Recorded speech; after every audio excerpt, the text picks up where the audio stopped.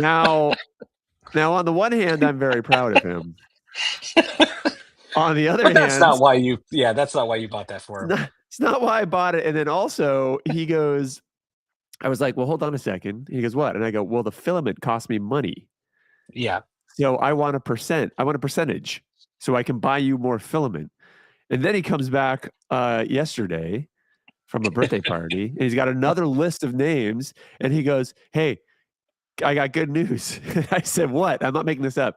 I said, what? He's like, I'm cutting you out. And I said, what do you mean you're cutting me out? And he Somebody was else is like, giving him filament. no, he basically was like, I raised my prices, so I'll just get the filament now. And I'm like, fucking A. Also, well, he needs to pay overhead and electricity. And listen, I'm also like, I'm not even worried about you, man. Because you're 11 and you got this shit figured out. That's pretty good. Yeah, pretty funny. One sec. Okay, cool.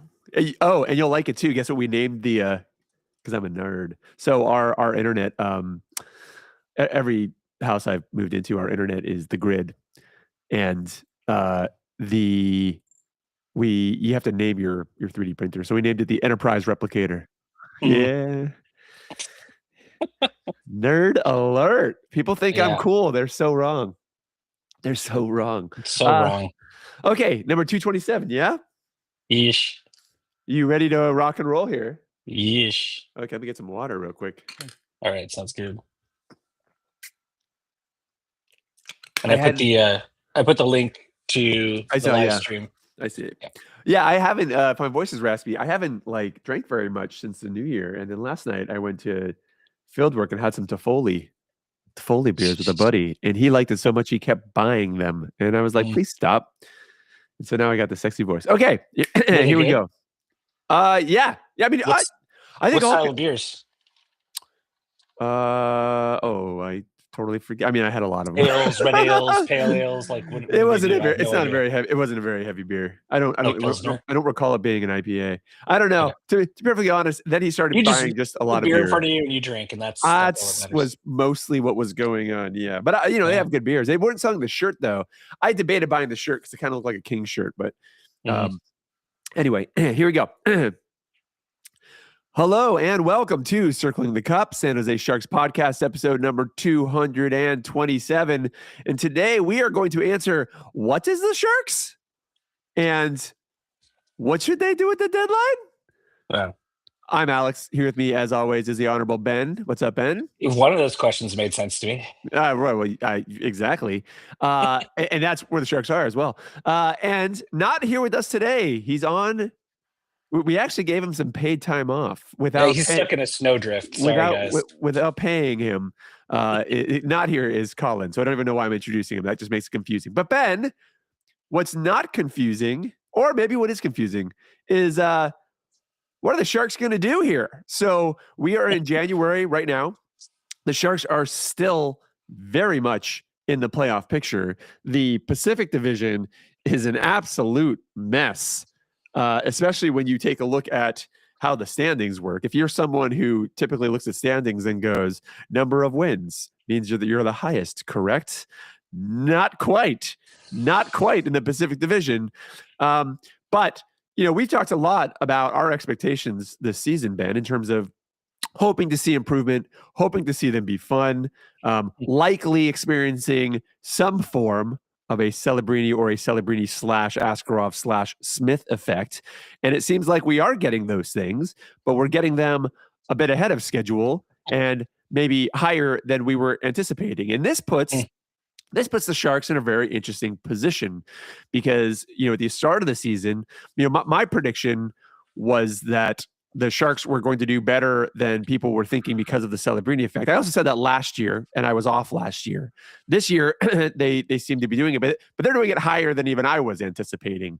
And, part of the joy in watching this, first of all, the culture of the team has completely changed for the better, which is awesome. Second, they're finding ways to win games that they maybe don't have business winning, which is also, honestly, a great sign. You need to have that in a team. You need to be able to find ways to win, even if that way of winning is Celebrini going, F this, we're just going to win the game now. But also, one of the things that's happened that I've been just overjoyed about, and I don't know how you felt about it, Ben. It feels like every person that they pull up because of either an injury recovery or whatever they need, be it Regenda, Chernyshov, like these people at Cardwell, these people come in and they're all making an impact in like the first 2 games that they are in. So very clearly what the Sharks have is a very, very strong, capable, and maybe ready prospect pool, but not a full team, right? So Ben, before we talk about what they should do at the deadline, which is, we have the break between now and then as well. What's kind of your read as to going on, and where are you right now as a Sharks fan? Have you crossed over that border? Because there's a border, I think, and fans right now are kind of stuck on either side. Have you crossed over the border into, hey, we should maybe win, not necessarily push for like a cup right now, but you know what I mean? Like, have you embraced the joy that is, oh crap, they're performing better than I thought, maybe we're not going to get a top 10 pick anymore? Or are you like, please go back a little bit because this is not real? Like, where are you? Yeah, I mean, it's not real to some extent. Like, I'm there, but also like I think that I think the big problem here is it's hard to distinguish finding ways to win from getting extraordinarily lucky, right? Yeah. Particularly in the NHL, which is a league that has a lot of weird puck bounces that affect games. When I look at the team, I look at the score differential, which is still -20, right? Like this is still not it's not a great team, and it's not going to compete for a Stanley Cup. Right. You're right that because the Pacific is super weak, the Sharks have a better than average chance probably to make the playoffs. And to be honest, if they're here now with this mess of a team, I don't think they have to do anything to make the playoffs besides continue to get lucky and let Celebrini drag them along. And I don't mind like recognizing that this team is probably going to have a wild card spot and probably get destroyed by Vegas. Sure. In the first round. Like there's a lot of fans out there when you talk about that line who are like, well, we're ready. Let's go. Let's be buyers. And I'm like, no, that's not right. No, that's not where we are. I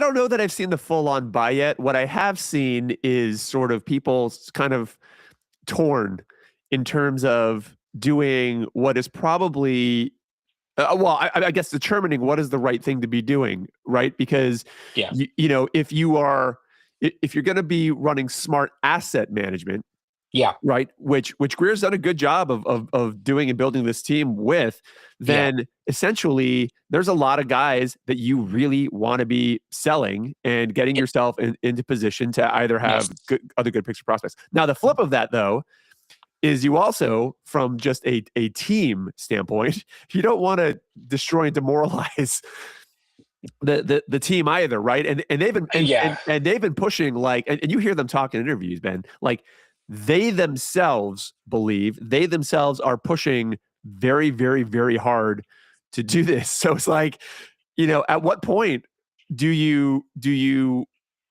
what point is the conversation of, guys, I know you're trying really hard. Yes. I mean, I think it has to be that, right? Like, because here's the thing. The fastest way to blow up a rebuild and not get to that place you want to be, right, which is actually, at the top of the standings for a good decade, is to abort your rebuild because of a phantom streak of goodness that makes you look like you're ready now, right? This is what worries me about the fan base and the team and the GM is like, it is the wrong call to trade for a Kiefer Sherwood, period, right now, to lose a prospect for a guy who is on a incredible hot streak, which is one of those things I see being talked about.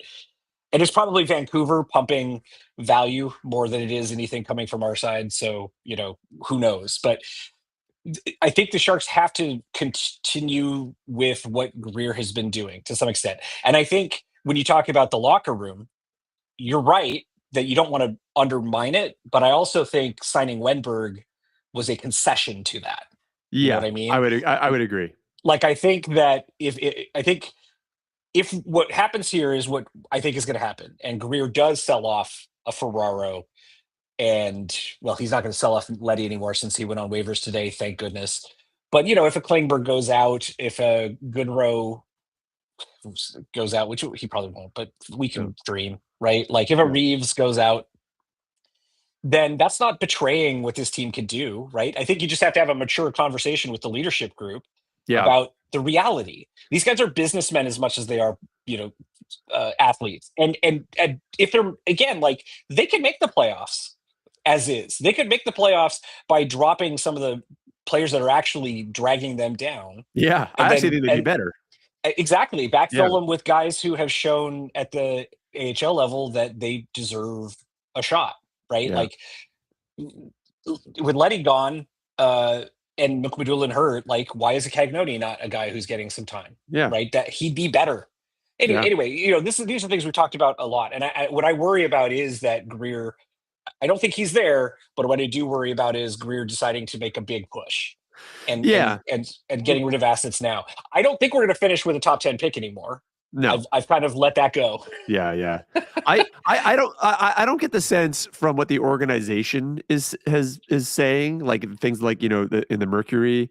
I get the sense that they are ecstatic that the Sharks are doing as well as they are, but and they should be. But did not. This was, they're still on their plan, and they've been, when you listen to Greer in the offseason, he's been pretty consistent with that. I think, I think maybe the thing that you and I are both equally struggling with is, goaltending.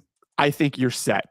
I think you're set right now. You could hold on to Ned cheaply if you really wanted to while you wait for Ravensburger up. But basically, Askarov and another decent goalie, you're saying that is a strong enough tandem.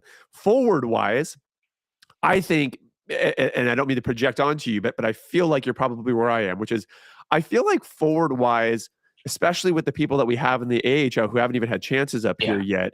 And I'm not, and to be clear, I am not one of those people that believes every single one of our prospects becomes a Shark. That is not how that's going to work out.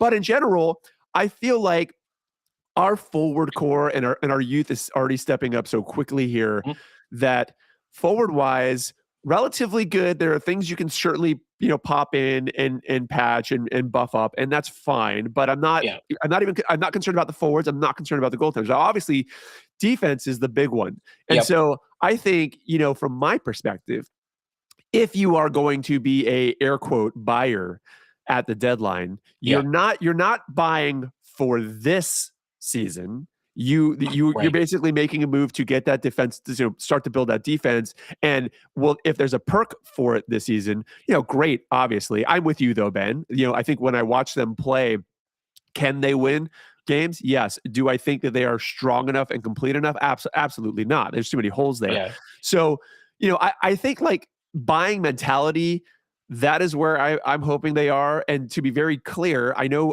people love guys like Musty and Beasted and all that. I love Musty specifically, but the reality is, if they're going to want to get a top tier D, the asking price is going to be a high pick, a high prospect, and likely a player. So someone somewhere is going to need to go out. But I think, when I see this stuff like, Sherwood, I agree. I don't understand really that's a player who is not worth what they're asking for him.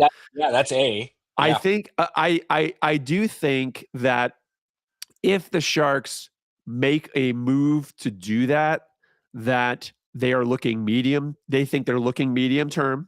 I don't think they're basically buying a rental. And I think the club is more or less insinuated as much. Like that's, even though they could make the playoffs, they are still looking at things from a medium longer term, which is, as a Sharks fan, it's fine. It is great because we're built for that. Like, you're gonna have guys like, Polkamp's doing well right now in the NCAA. I'm with you on Cagnoni. You can addition by subtraction. You give Jack Thompson, longer looks and stuff like that. They have these pieces that are down there ready to go, and then they have pieces below that are actually performing as well. So like the organization has done, I think we need to give Greer some credit here because even though we and others may not like every move the organization does, the reality is this entire franchise on paper is almost all the way turned around. Again, Mhm. other than that starting NHL defense, Yeah. and that's going to be the hardest thing to get. So you're Yeah. going to have to give up stuff to do it. So when we get, Yeah, that's what I'm hoping happens. I think what I say to that too is that I think people are look. Yeah, the defense is not good, but also you've got a couple of very good pieces that project into the future already. You know what I Yes. mean? Yeah. Like Right. Orlov's going to be around a little bit. He's older, but you need to have one guy on that core that has some experience. Yeah. Also, if he got moved at the deadline, I wouldn't weep, but Right. because he's got value. You've Yeah. got Dickinson, who is building and getting better every game, starting to score as well. You've got Cagnoni. Thompson. I think they've given up on. I just don't think they don't think he's I big enough. agree. But I agree. whatever. Right. Um, and I think what I was hoping was there's some good defensive prospects in the top 5 this year.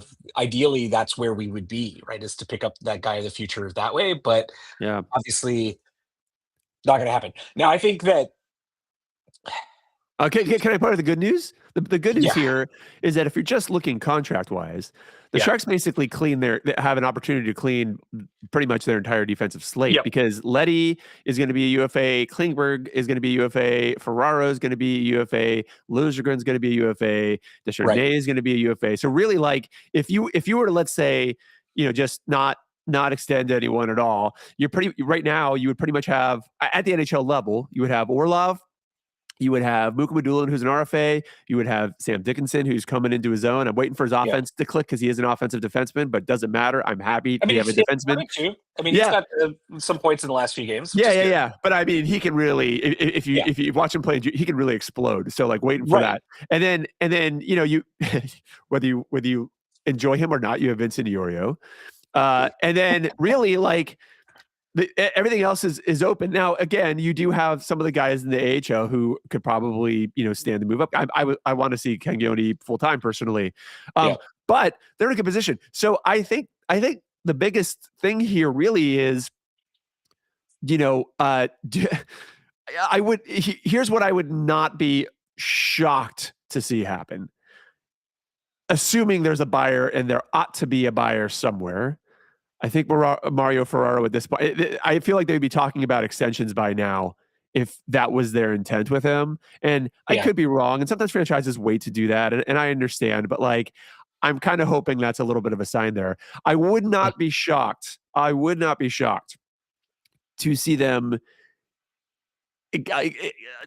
I'm sure they're considering whether or not to extend Klingberg specifically because he seems to, for whatever reason, the Sharks seem to utilize him in a way that implies that they think he's going to be a kind of like Orlov, like maybe a little bit of that critical veteran defense. I don't know that I agree with it necessarily. He gets, he other than one stretch where Yeah, it seemed like he turned things around, he's not consistent enough.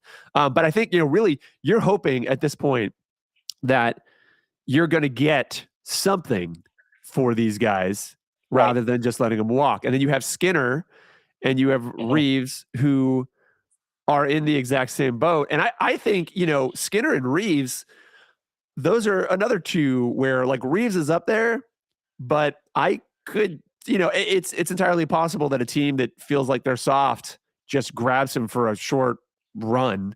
Sure. Uh, and Skinner can shoot. He's just not like as consistent as you would want. He's not very fast, but like, Mhm. so all these players that are here to some extent, with the exception of Nick Leddy, who the Sharks just put on waivers, oughta if you're a GM and maybe Descharnais because he's been out for so long, but like you ought to be able to get something for. The question is, do the Sharks do that, or do they they're going to make some moves, but like, or do they mostly ride and then just deal in the offseason and go, whatever, we have a clean slate anyway. We didn't get anything for it, which is a bit of a bummer, but maybe we were only going to get late picks or something anyway. And we, whatever. So I think that's the tricky thing if you're Greer, but I don't see Greer. I can see Greer making a major trade to get a good defensive piece. There are a bunch of defensive pieces that are supposedly really unhappy with their situations. You hear a lot coming out of New Jersey. Yeah.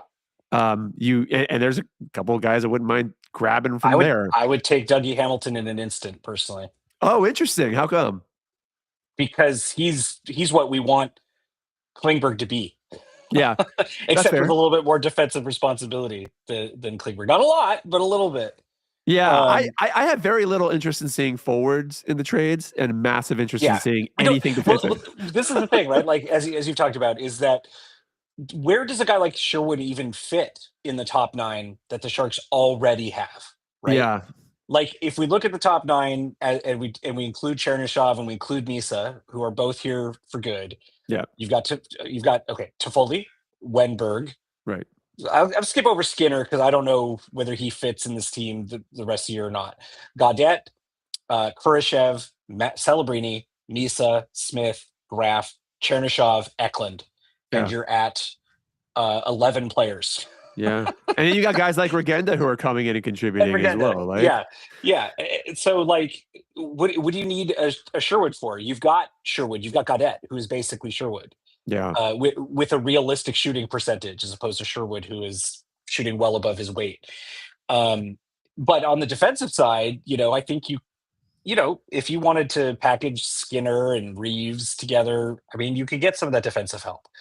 The reason I like, I say I would take Dougie Hamilton in an instant is that is a guy who you're going to be able to get, for fairly reasonable cost because he's perceived as being not what he actually is. He's very good, and yet he's consistently, looked at as a guy who is soft or doesn't defend or isn't worth his contract or whatever. Who cares, man? Like, the guy can run a power play for reals and also is consistent, and he's got a little bit of term. So why not? Well, and the Sharks can afford it from a salary perspective. Yeah. So it's no big deal. They're going to be able to afford it from a contract perspective. So it's no big deal, especially now, they did make a move. I mean, just in case people missed it, they flipped Kyle Masters and a 4th round pick for a 5th round pick, essentially opening up the contract space to have Misa stay up, which they were saying was going to, I had faith they were going to do something there. So Hamilton he's not the highest risk. I think the only question with Hamilton is just, and for any trade, obviously, is like, what is the asking price and what are you willing to part with to make something like that happen? But again, they're going to have to make those tough decisions. Yeah, totally. If they want to get the last pieces, which are, again, defense. And defense is, in my mind, has always been the hardest pieces to get. I think in the past, even when the Sharks have had good defensemen, I've always felt like the issue was not that they were like a forward away. It was that it was still defense. It just needed to be a bit better. So, it's tough to fill that. There's not a lot of the market that opens up here. I will say though, Ben, and I'm sure you agree, one of the great things about what's happening with the Sharks this season is they're making San Jose look real attractive. Because if I was a player last year, I'd be like, I don't know. It's, yes, they have Celebrini. Yes, they have Smith. Yes, they have Eklund, but, not sure what else is really going on unless you're following it really closely. This season, you can look at it and you can go, oh, holy shit, you've got Graf. You've got, your Misa, who hasn't picked up yet, but he's going to. Yeah. Chernyshov. And again, like, you have guys like Musty or Bees, Dead or these other guys who are there. They're young and they're good. And these young guys are good like now. So like, if you're stepping into the Sharks organization now, you're stepping into a team that has positioned itself to be good, probably for the duration of your career. So they may have more, right. Yeah. They may have a better ability to get guys to waive clauses. Yeah. They may have they may be in a better position to attract, free agents in the offseason than maybe they were before. And I think, culturally as well, like they went from a team that seemed miserable to be on it was miserable to watch to a team where, even if they lost the rest of the games this season, they've been fun as hell. Yeah. And you can see the upward trajectory. So I think Greer has put himself in a really great position, and I think the Sharks players have maybe, you know, made some of this a little more complicated for Yeah, him, but much rather be here. But I'm yeah, 100%. yeah. No, I'm this is 100% with you, Ben. 100% with you though. This is where the trap can be. yeah, yeah. This has been I think nobody expected the Sharks to get to the place where they are projecting to get 90 points this year, right? Yeah, Like that's a 30-point increase more or less from last year, which is it's insane. And it's all, a combination of Celebrini and the other young forwards having some success. And not so much exactly goalie play or defense. The goalie yeah. play's been fine. Askarov had that great streak, but he's looked a little iffy, since that couple weeks. I'm interested to see like what the Sharks do with Ned because I think he has value as a trade piece. And if you wanted to drop back in the standings a bit and tank a little bit more, I'd probably think about moving him. Well, they did have that weird, I can go either way on Ned. If they trade Ned, I'm fine. If they Yeah, were if they were to resign him to like a short term extension, I would have I like Ned. I would have no problem. I think Askarov is going to continue to get better. He's got a couple of obvious weaknesses, but he's also really young, and they'll work with him on that. And when he's on, he's on. yeah. And again, you put better defense in front of either of these guys, and it takes a lot of the load off of them there. So I think they'll Mhm. also improve. The Sharks did make that trade, Yeah, a for bit Borsoi, ago. right? Yeah, and pull in another goaltender in the system. Yeah. Now, here's how I two things with that one, and this is just my read. First of all, I feel like that was a precursor to another trade. Me too. And again, that could be that Ned trade. Yeah. The other is, I also, I think when you look at the Sharks organization, you have Askarov and then you have Ravensburgen, right? Yep. So I don't really think they view what they have in the AHL as being a lot, and so it could also be Right. shuffling one of those guys out eventually, and Yeah. again, using them as leverage to pull in.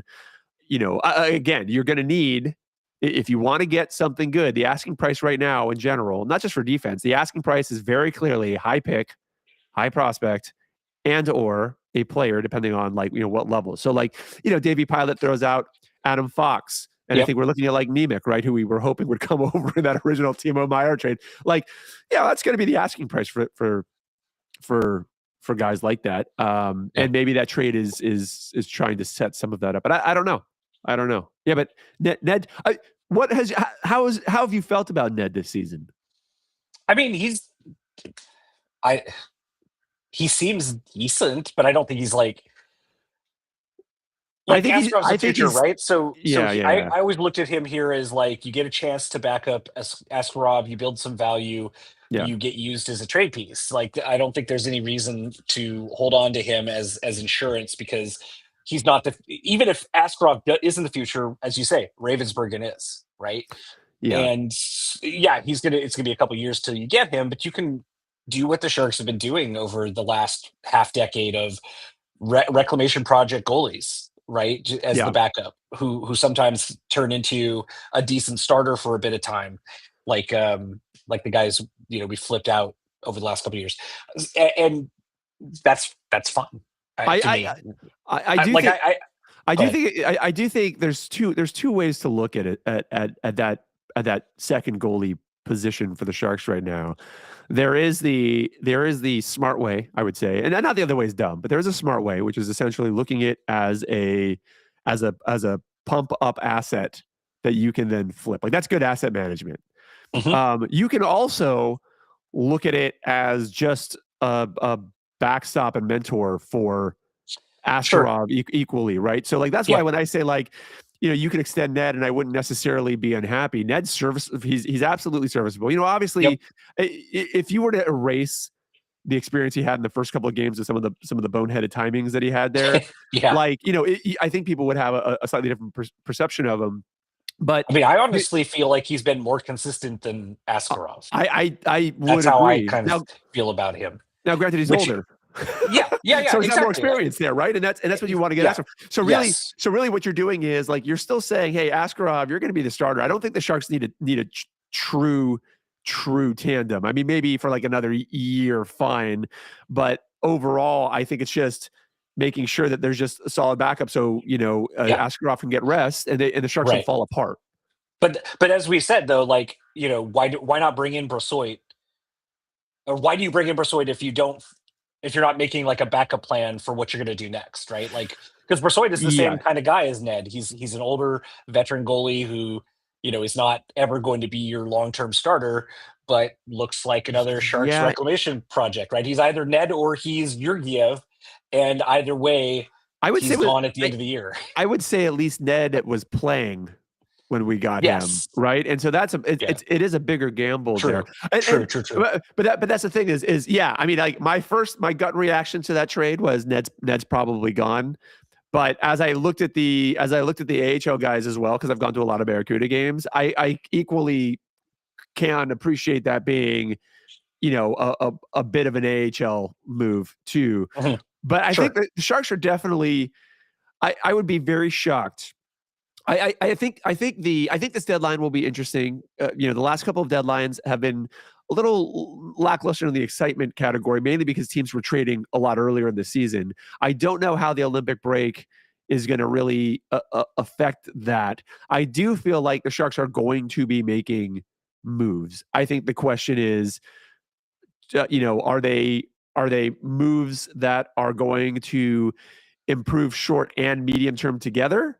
Or are they moves that are basically going to open up opportunities for other guys while getting assets to be used either, in the draft or to be flipped in the offseason, or, more contract relief or what? But I'd be very shocked if they stood completely still and just let everyone walk. I don't think that's realistic at all. I mean, it would be bad asset management. Which again, right? Greer's had good asset management. Yeah. Outside of the fact that he likes to do very convoluted trades, like he is getting that's the other thing too that I wanted to bring up, and I know I said it earlier, but like I think we just it's very easy for us to get frustrated at Warsofsky at points or Greer at points, but the reality is Greer and Warsofsky, whether you like Warsofsky's day-to-day coaching or not, they have done a lot of really positive work to get this franchise kind of back on track. Mm-hmm. And I think it's great. I think that the question now is how far ahead on our timeline are we really, not in terms of like what the Sharks should do, but like watching Chernyshov come up immediately, watching Kurashev turn around, watching Smith, watching Graf, like I do think they probably had they've been saying like 3 or 4 year timeline. I wouldn't be shocked if like a year got lopped off that immediately, because it does feel like a lot of these guys are ready. And again, like you go down and you watch Musty, I think Musty's ready. He hasn't been given an opportunity yet, but next season I would not be shocked at all, especially if he has a better camp. Yeah, I think the interesting thing now is the guys who are still stuck in the AHL on the forward side, Bjugstad and Musty. When do they get their chance and how?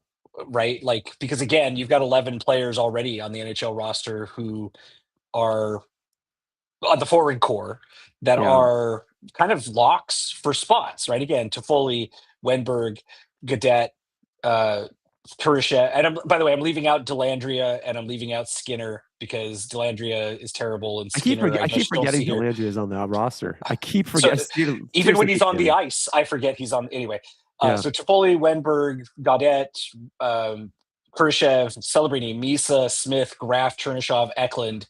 And of course, they're not going to give up on a Ostapchuk. And Regenda's earned at least, playing on the fourth line. I mean, I like Regenda on the fourth line. He's better than Gaudreau and Reeves. So so where do they slot without further moves, right?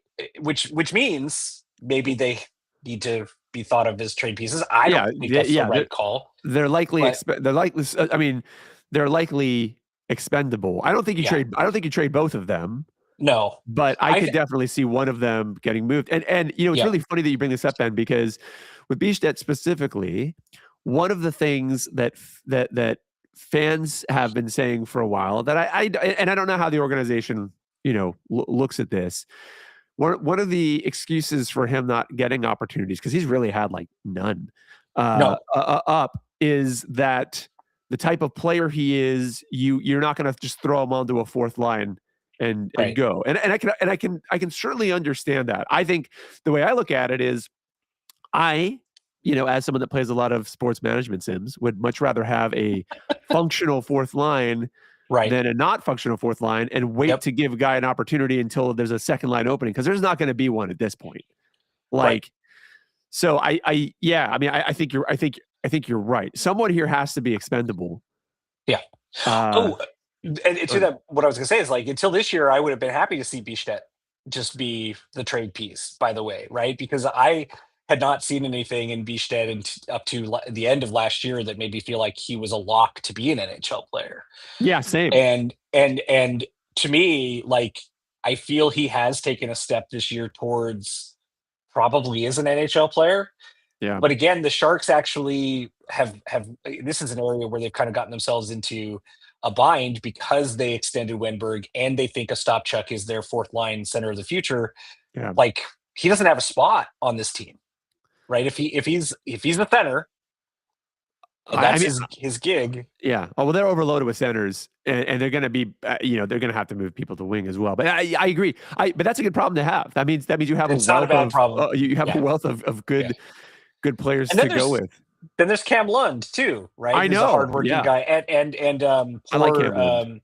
Poor Cardwell, right? Who also should have a spot on this team. I don't know a lot too. Yeah. I mean, I feel like maybe this is a place where, again, like, a Sherwood doesn't make sense to bring in, because you've got that guy on the roster 2 or 3 times over. So either you're moving Skinner and Gaudette and Reeves and some of these other guys, or you maximize the value of the prospects that aren't going to get a shot here. Yeah. Which is probably the right way to go. It's interesting too. I think the Bjorkstedt situation is just one to remember. You could argue maybe Kurashev goes in here too, although he had an injury. But at the end of the day, like, these guys, they develop at different rates. Like, just because I think one of the things that I've seen pop up a lot with Sharks fans in the last couple of years, specifically because we got Celebrini, is the idea that every top 10 pick is immediately ready to go. Yeah, a lot of them are in a really good position to be there, but some guys, like, it takes them longer to make adjustments as they move up through the leagues. Because I would agree. I watched him play, in the AHL a ton last year, and there was at no point in time did I see anything that made me think he was the level of prospect they thought he was. Yeah. And then this year, I still go to AHL games, and I would say this. I would say, like, I test, I still don't 100% see it, but stat test, I obviously see it. So, he's just one of those guys that has taken a little longer. And I think, I think he's in a good position too, because someone's going to want him, and he's going to get an NHL opportunity. I mean, if Zach Ostapchuk is looked at as like a fourth line center of the future by teams, like, people should be salivating to take a Bjorkstedt and have him be their, like, third line guy of the future, right? Oh yeah, like, he's and probably the Sharks should be too over Ostapchuk, but whatever. I think the unfortunate part for a lot of these players, and I thought about this, and it's kind of a weird thing to think about. The hard part for a lot of Sharks players right now is whether or not you're going to get to be a part of this. Yeah. And like, when you look at guys, like, I'm sure guys like Skinner are very realistic about that. You could tell Wenberg really, really, really wanted to stay. And I think you're going to see quite a bit of that, because these are guys who are popping in onto a team, whether they're young or old, that's going somewhere with a real opportunity. It's going to be real good for their career, but you may not get to ride that out, Right. And like that that's got to suck a little bit. Like you're on this team 1 minute, it's fun. Everyone's gelling. You guys are laughing. The tank is packed again. I know, Ben, you don't live down here anymore, but Right. the tank has been packed. Yeah, it's It's great. back. It's back to where it You was. can tell. I mean, you can feel when you're watching on TV, you can tell that it's different on Oh the yeah. crowd side too, right? It's back to, the kind of the way it was again, like I 7 or mean, 8 years ago. It's great. the Sharks, with sort of the decline of the Giants and the decline of the Warriors and the Niners kind of going back and forth depending on the season and injuries. The Sharks around here have become the top of conversation everywhere I go. I wear, I've usually got some piece of Sharks paraphernalia on, and I can't tell you the number of times that people immediately walk up to me and start talking to me about them and start asking questions and stuff, which is awesome. And honestly, I didn't experience that when the Sharks were good last time. Mm. The buzz that has been created about Celebrini, yes, obviously he's got attention for the mainstream media like everywhere, and also the Warriors are pumping him up left and right. But it's just, I don't know. It's finally a fun time to be a Sharks fan and probably to be a Sharks player as well. Yeah, and I wanted to kind of build on that in two ways. Yeah. The first one is, as you say, like if you're new to listening to our podcast and you weren't here for the last playoff run, let me tell you, there is no more amazing place to watch a playoff game than the Shark Tank. So if the Sharks do make the playoffs, get on the playoff Yeah. Go. ticket thing now while they're still cheap. Yeah. And Yeah. the Sharks aren't going to go very far, but you still get the experience because it's amazing. Sharks fans are awesome, and the tank is just a great place to see hockey. There's no bad seats in that house, particularly. Well, if you can get people to stop fucking leaning over, which I hear is a problem these days. Still, yeah. Yeah. Well, it's just the way it was built. Hopefully, when they adjust things, they fix that. It's really funny, Ben, that you say that because I have a funny feeling, for fans who, we've been doing this podcast now for like what, 10 years, over 10 years, maybe It's 12, something like that. Yeah. Right. 12 So years. like, if you listened for the last couple of years, you probably thought we were absolutely miserable people. And we were. Well, yeah, but I think we try to bring a very honest take to where the Sharks are, and I know we've said it a couple of times in the past. Like, do not mistake that for us not loving this franchise. Like, a lot of that angst came from being frustrated with how the organization was conducting itself and where it was. Yeah. Now we're kind of back. Not fully yet, but I think we're starting to lean back. It's all up. It's We're all up from here, right? Like, yeah. The foundation, as long as the team doesn't make some massive, terrible missteps with the players they've got, and I'm going to knock on wood here, which is what we're really urging the team not to do, right? To be patient, take the long view, make moves that make sense. But don't cost you too much towards the future, right? Like, one or two prospects going out may be okay. Musty's probably not the right call to go out, but okay, but see, here's the thing. Yeah. Yes, but for me at this point, I do not need to see those prospects going out for forward. Yeah, correct. Absolutely. We do not need forward support. Now, don't get me wrong. I know Toronto fans wish that Misa would just go over there for Matthews and all that kind of stuff. You could get, if you could get like a real marquee piece, okay, but I don't think you need it, is my point. I think the only thing you really need right now is to figure out that defense. If you figure out that, if this current Sharks team this season upgraded 3 of those defensemen, all of a sudden this team could be even scarier than they think they can be. Like, I think they're that. I think they need more experience to like win a cup, obviously, but like the D is atrocious. So like that's where I want to see that prospect going out for. I don't want to see it from forward. The thing about the D that I would say is there are guys who are on the D core right now who are playing better this year than they have in the past. And so I did want to say something about, I don't know how good a coach Warsofsky is because he makes such boneheaded decisions at times, but it's very clear to me that on a like positional development side of things, they've got very good people coaching both the forwards and the defensemen. And the reason I say that is Desjardins has been pretty decent this year until he got hurt. He was Right. very good on the PK, and Right. and he's never shown that in any NHL spot that he's had prior to this. Right. So that's one. Iorio has rounded into shape more or less. He's Yeah. a bit of a bonehead. I don't like the risks he takes at some points physically. And I'm not sure he has I think the they threw shooting him talent. in. Yeah, I think I mentioned this when He definitely we he first traded him. definitely did get thrown into the fire. Yeah. If it, Alex, I agree with you. And to his credit, he's been better. Yeah. Over time. He's Yeah. been playing better and better. And I could see him holding down like the bottom pairing, three. Yeah. right hand side, right? Yeah, I agree. Fine. Orlov's been very good. Dickinson is developing, right? So the biggest problem on that defense is Mario Ferraro, right? And which version of Klingberg we get? Do we get the version that had figured shit out, or do we get the version that it forgets how old he fucking is and that he's got two, hips that have been replaced? I think it would benefit both Ferraro and the Sharks to move on. Oh, fuck yes. That guy is terrible. He's terrible. He's so bad. As we've talked about repeatedly over the last 7 years, like that guy, but he's perceived as having value. So fucking move on, guys. This is your chance. Yeah, I mean, and that's the thing. That's the thing too. So I would be disappointed if the wrong forward goes out in a trade.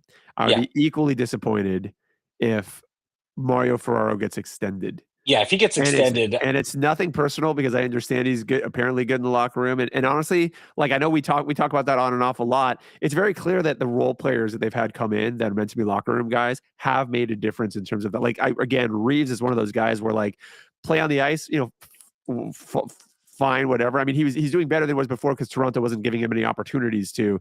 But at the same time, like you can just see in all the behind the scenes stuff, how well he plays off of guys like Celebrini and Wenberg's like that too, and all that stuff. But outside of that, like now the Sharks have that taken care of.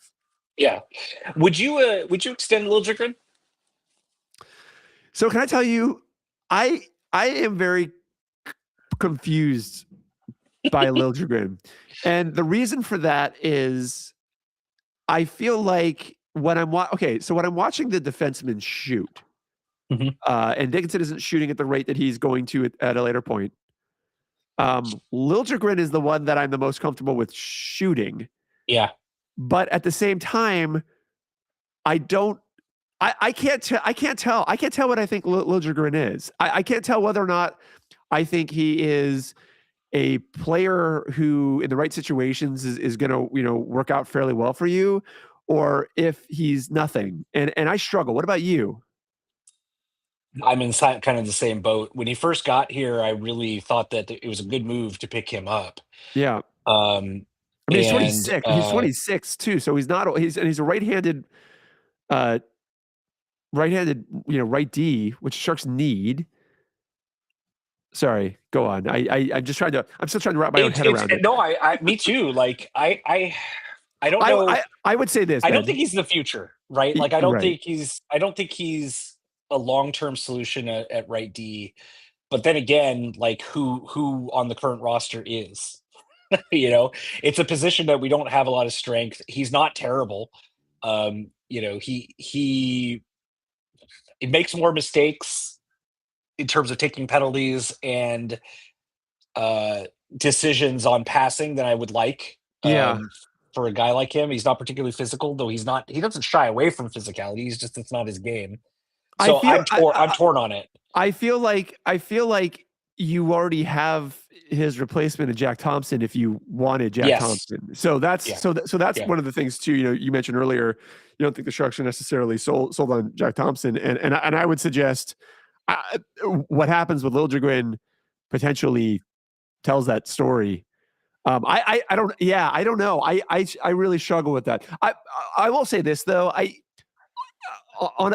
On a root level, like the most basic of levels, I don't think this defense is good. So I really do not have Yeah. a problem with the Sharks moving on from anyone here other than Dickinson. That's the one guy to me that I'm like, that guy is one of your future pieces. You don't touch that Yeah, guy. for sure. I I do not mind Orlov. I do not mind Liljegren. I you know I don't I don't love Klingberg, but I don't necessarily know how much of that I think is just him and how much of it I think it's them continuing to try to push him into, square peg into a round hole. Hmm. And he Hmm. does pass really well with Celebrini. It's just when he shoots and sometimes some of it yeah. So in Yeah. simple terms, I would just say the entire defense except for Dickinson to me is expendable there. I would like to hold on to Cagnoni and give him, Yeah, for sure. I don't. I've never felt in seeing him up that he has lacked anything that I would want. Yeah, agree. So Like it still boggles my mind that Cagnoni hasn't had a chance up here. yeah, I think he plays bigger than his size too. He So definitely does and because his game is a possession game, right? Like yeah, again, there are two ways to play defense. There's using physicality to separate people from pucks, or there's using your stick and your speed, right, to get to the pucks and yeah, avoid the contact. And I think Cagnoni is fully capable of playing an NHL game where he just is really good with his stick. I mean, look, Mark-Edward Vlasic, one of the best defensemen that this franchise has ever had on the roster, was not particularly physical. right. Well, And but he it's was not. bigger. He was bigger than Cagnoni. But see, what I find weird is Yeah. Cagnoni with Klingberg, because to me, the way I see them deploying and trying to use Klingberg, Yeah. that to me is Cagnoni's That's game. that's Cagnoni's game. I agree. And he can already do it. So I don't know if it's size that they're worried. I don't know I what think it it's is. handedness on that in that case Well, because that's the other thing is because they got to address Klingberg that. is a righty. Yeah. Yeah. Well, again, that's kind of when you look at Mukamadulin, that's kind of the argument with him is that like you're constantly playing him on the wrong side, Yes. Yeah. right? And that is a thing too. Like I think if you haven't played hockey before, that might be something that you don't appreciate. I know I brought this up with the wings and centers. Like it's not the exact same game. I'm not saying you can't adjust. You certainly can, but like they're different responsibilities. Yeah. Handedness is a thing. You're at a disadvantage Yeah. on the wall if you're not playing on your hand, right? Yeah. Like that's the big thing is Yeah. they're putting Mukmadulin, a young guy, they have been forcing to try to play with one arm tied behind his back, basically, which is that also boggles my mind. Like, why are you doing that to him? Make fucking Ferraro play his offhand. He can't be any worse than he already is. Yeah. No, I agree. Listen, we got some games to get to here. We're gonna fly through these just to give you all an Yeah. updated picture as to what kind of happened the last week. I'm actually gonna start since we didn't pod last Saturday. I'll start with Dallas. Boy, that was a fun game. You want to talk about a Yep. game where you really heard the tank go off? You talk about that game-winning goal there for the Sharks. Sharks win this game by a score of 5-4. They start the first period down in a hole. By the way, Jason Robertson is a name that keeps popping up uh, in the trade It rumor mill is. as well, which is really interesting. Then in the second period, you get goals from Wenberg and Skinner, both power play goals. So it's 2-2. Then Dallas scores, and then Dallas scores again in the third. And then Toffoli with a power play goal. Adam Gaudette with a goal. And then Tyler Toffoli with between Celebrini, who's it? Celebrini, Toffoli, was it Eklund that was also out there? I'm blanking now. Yes, I think it was Yeah. Eklund. Like, boy, you watch them cycle that puck and you could just see it coming. It was great. That was easily to me one of the most exciting winners I had seen. And quite frankly, the Sharks dramatically outshot the Stars. Yeah, that was one of the few games this year that the Sharks played a better team very well and deserved to win, I would say. Like, Yeah. and funnily enough, the second time that happened in recent memory is going to be the Washington game we talk about, where they actually outplayed a better team. Yeah, well, let's talk about them not outplaying a better team. Yeah. The next game, they get absolutely schooled by Hurdle and the Golden Knights. Yeah. Boy, it still hurts me to see a Hurdle, there. At night. Yeah. It Yeah. sucks. And not only does that suck though, like games like this are where we can see that the Sharks are not there yet. You know what I mean? Like Yeah. when we talk Well, about do we push the accelerator or do we pump the brakes going into the trade deadline? This is where we have to be honest with ourselves and be like, let's maybe pump the brakes a bit and Yeah. be cautious I how mean, we it's approach the trade deadline. it is possible, one, that you have a bad game. It's also possible this is the second in a back-to-back and the ice there looked like crap. But the Sharks got manhandled in pretty much every category there. So they did get goals from Colin Graff, which is great. They got a goal from Wenberg. Wenberg, obviously, since signing that contract, he definitely had an uptick in terms of his play, which is good. But yeah, they just get obliterated here, 7-2. It was not a pretty game. Then they would go on and play the Capitals, and I'm sure you have stuff to say here. The Sharks win this one 3-2. Probably very frustrating for Washington. The first period is completely silent. Second period, they get a goal from Strome, and then Ostapchuk scores, Colin Graff scores, and then Regenda scores, and you basically have 3-2. And then the Sharks kind of hold on. Yeah, is the way I would put it. I mean, that's typical though, right? Like that's score effects. That's the kind of third period you tend to have when you're up by one. Yeah, not a team you want to be doing that with necessarily. No. But if you look at the aggregate of the game, the Sharks still, actually I think ended up, in still remaining in the positive when you look at Corsi, et cetera, even with, getting sort of shattered. I mean, we saw that kind of game a million times in the last, Sharks era of contention, right? Where the Sharks would get up by one goal and then spend the last 10 minutes of a game just getting shelled. It happens to everybody. I don't read too much into that. You don't want to do that, but you do. The thing that I read into, and this kind of goes into the next game. We lost the next game to Detroit, 4-2 now again, back to back, and all that. And you can definitely see in these back to back games, not as an excuse, they're not moving their legs. Their legs are dead. They're tired. But in these last three games, the thing that you see that is alarming is like their giveaways are high, like really high, like abnormally high. And I've been trying to piece together whether or not I think it's because the Sharks' youth is more creative, so they're making more. You see Celebrini, and he makes it happen. So this is not a criticism at all of Celebrini. No, but he does definitely give the puck away. I mean, he's kind of like Thornton, where Thornton could kind of like warp time and space with some of his looks and passes. But but so the giveaway category across those games. I mean, again, I'll go through the numbers. Well, we were killed. We were killed by the Toffoli giveaway, basically. In that game, absolutely. Right? Yeah, like that was just terrible. I mean, the Sharks are trying to tie the game, and they just, Toffoli just barfed it up. It happens.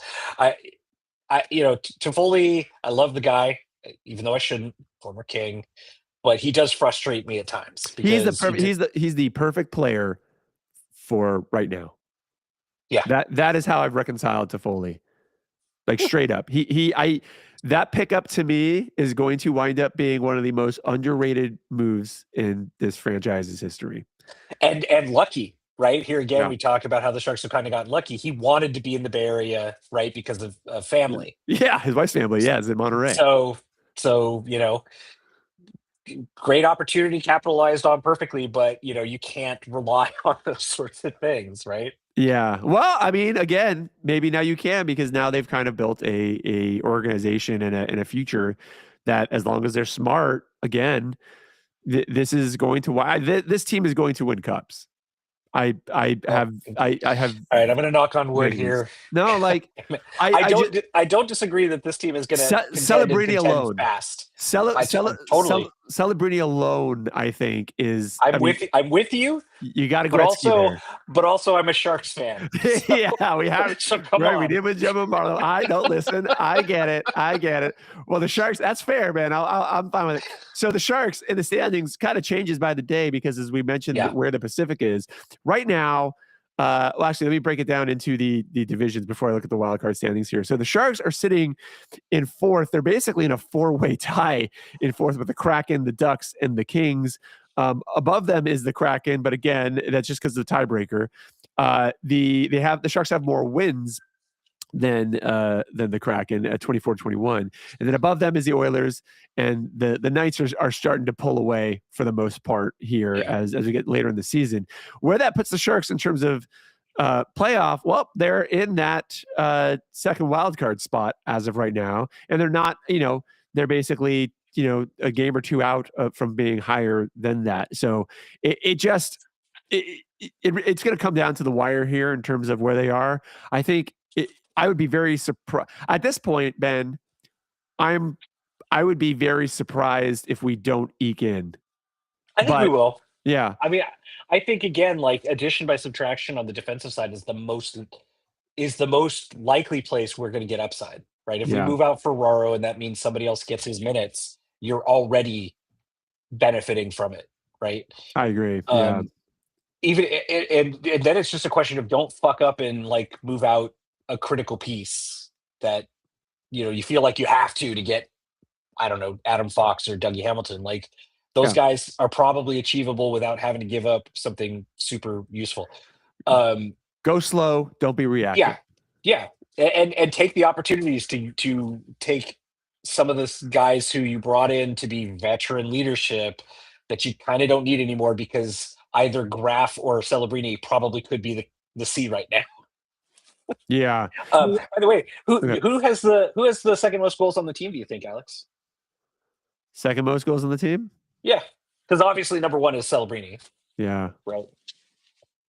Don't look at the stats. Just get. I'm not. I'm looking up away from my computer. Actually, embarrassed that I don't know this number off the top of my head. I don't. Who is it? It's Graf. Oh God, that was gonna be my guess. God damn it, Colin Graf. So it's. Graf was just sitting right there, and I'm like, it's gonna be Graf. I should just say Graf. I think if Smith hadn't been hurt, he'd very much be, at 20 goals probably already. But it is.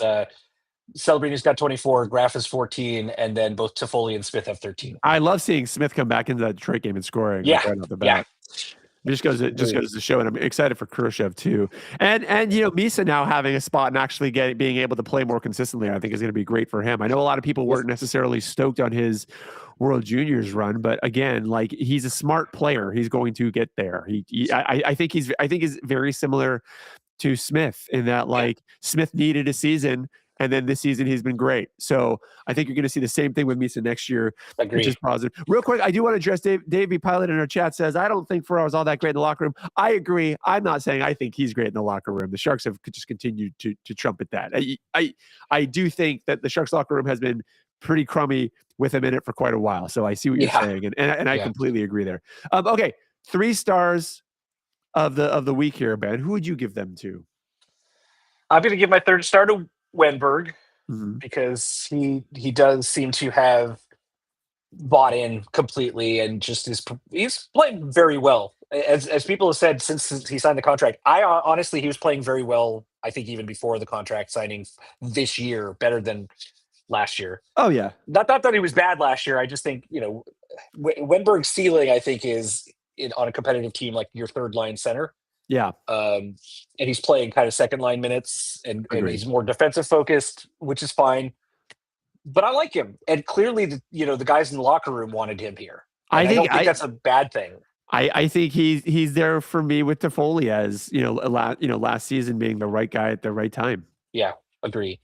2nd star, let's give to Will Smith for coming back and immediately getting a goal. Yeah, look at you. And fuck, that means I leave out Dickinson for that beautiful shot pass.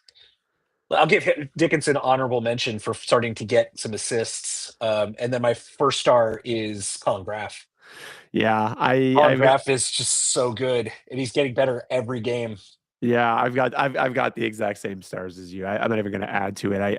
I don't know how you don't give it to the first one, the Graf. I think Graf is just his trajectory has been awesome. Also, I got to say this at the very least. I love every 5 seconds texting my friends the look at this Colin Graf Nickelback meme. So, and I will do that until either I die or he's off I don't know what the deal is, but like I actually legitimately love not even saying anything, just out of the blue, just sending that the second he scores. So awesome for him. All right. Well, it's been good. We'll get Colin back in here next time so you can hear his wonderful low-toned voice and get his POV here. But I'm glad that we were able to do this and kind of check in, Ben, because this is a really interesting time for the Sharks, especially as we head into that Olympic break. And I am really hoping that these Olympics don't F things up for hockey teams in the NHL, because I think it's a fun season right now. The Sharks have some games coming up before that break. So on Monday and Tuesday, they have back-to-backs in Florida. So you've got the Panthers first, and you got the Lightning second. And that is a rough back-to-back, by the way. Real rough. I feel like anytime that they go to Florida at this point, you're going to be getting that back-to-back in some way, shape, or form, just because it makes sense from a travel perspective.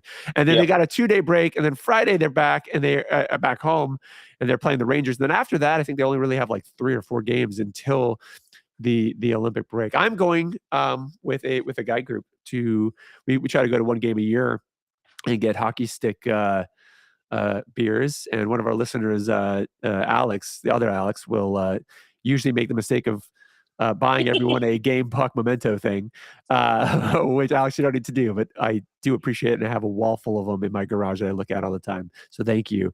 So that should be a lot of fun. But I would definitely say, Ben, you said it earlier, if you can get out to a Sharks game, get out. Tickets are getting expensive. They are getting harder to get. But it is absolutely worth it, and it's only going to get better from there. So, but specifically, if you can get you to a Sharks playoff game, if you've never, especially if you've never been, particularly. Yeah. It's seriously like the one thing I knew I was going to miss leaving the Bay Area was Sharks playoffs hockey. But when I moved, I knew there wasn't going to be a lot of it for the foreseeable future. Yeah, you hedged a decent bet there. How was I to know that we were going to pick the next Wayne Gretzky in the first round? Come on. Yeah, good point. Well, hey, folks, thanks for listening in. Thanks for those who were talking on the channel. We appreciate you. You can always write us in. We will try to address things on the pod as much as possible. You can check out this podcast on the Apple Podcast app. You can rate it 5 stars if you'd like, but only if you'd like. But you should do that anyway. You should do it. Yeah, you can. You know what's really funny, Ben? We used to be in the conversations on Reddit when people were like, where are the Sharks podcasts? And then we would always come up, and now we don't come up at all. So I'm assuming we've got 3 listeners. So that's all right, folks. We still love you anyway.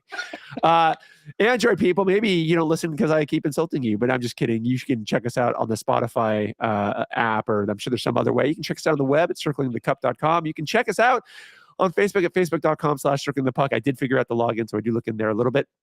Even though I don't log into Facebook a lot these days. You can check out Ben on the tweets. I don't even know I can't call it X. It's too hard for me. No, don't. It's Twitter. Okay. At Circling the Cup on Twitter. Yeah, and we're just going to give up on your, what was it, Blue Sky or Mastodon? I don't even remember. There's so many it's now. Blue Sky, and it's benctc.bsky.social, but I barely post. Yeah, if you and listen, I'm not guaranteeing this is there by any means, but if you want to see Colin poorly dance and lip sync to other songs, maybe try to find him on TikTok. I'm sure he's there somewhere. Anyway, man, that concludes the podcast. Say bye-bye. Colin Graff for captain. Oh, ooh, not Celebrity? Well, I mean, yeah, but also you can have 2 C's, right? No. Right, fine. No. Give him a goddamn A then. I think the Sharks invented the idea of unlimited A's. Everybody's got an A. Everyone's got Oprah an A up in here. Anyway. Yeah, you know what? On Tuesday, Graff gets the A. On Wednesday, Smith gets the A. That's how they seem to be doing it. See, you know what? Do you know who's probably cursing that decision? Is the dude who's got it? I don't know if it's the equipment manager, but whoever's got to sew the letter on, he's like, God, and then take it off, guys. and then God sew it on. I'm sure they just have more than one sweater. We're tearing through. Actually, you know what's really funny? A long time ago, Sports Illustrated had an article when Sports Illustrated was still like a big thing. They had an article about sports teams and jerseys. And I don't know if it's changed, but back then it was not as many as you think. It's like straight up. Like you would think they just have an unlimited supply of sweaters there. Doesn't sound like it. But anyway, bye-bye. All right, that was fun. I'm going to go make some baguettes.